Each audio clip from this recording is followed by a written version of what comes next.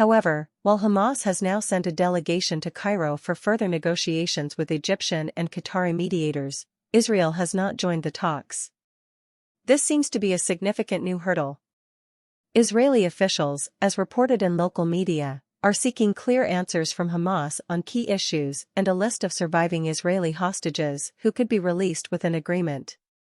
Meanwhile, Dr. Bassem Naim, a senior Hamas official, shared with the BBC on Sunday that practically, it is impossible to know who is still alive due to ongoing Israeli bombing. He added, "They are in different areas with different groups. We have asked for a ceasefire to collect that data." Dr. Naim went on to express that valuable information about the hostages couldn't be provided for free. He, along with other senior Hamas figures, continues to call for a full ceasefire and the withdrawal of Israeli troops from Gaza, rather than a temporary truce. Reportedly, a potential 40-day truce could lead to the release of around 40 Israeli hostages in exchange for about 10 times as many Palestinian prisoners from Israeli jails. With over 130 hostages believed to still be held by Hamas, Israeli officials estimate that at least 30 of them are unfortunately deceased. A proposed 40-day truce could bring much-needed aid into Gaza, alleviating the humanitarian crisis.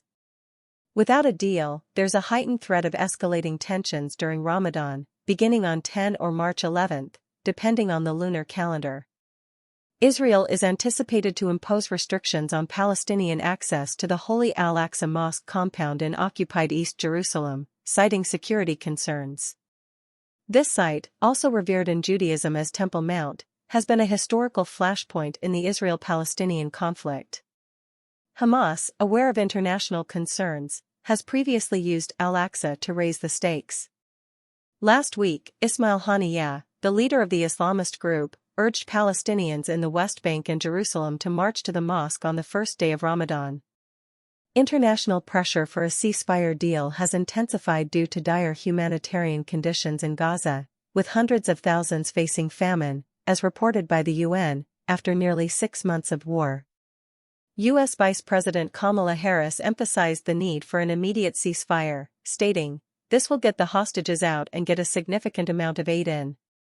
She expressed deep concern about the inhumane conditions in Gaza.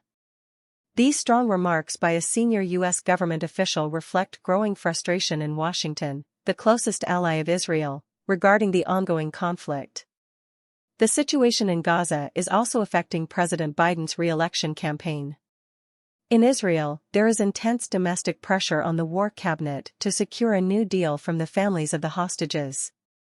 Thousands of Israelis joined a 4-day solidarity march, culminating in Jerusalem, holding up flags and posters of the hostages.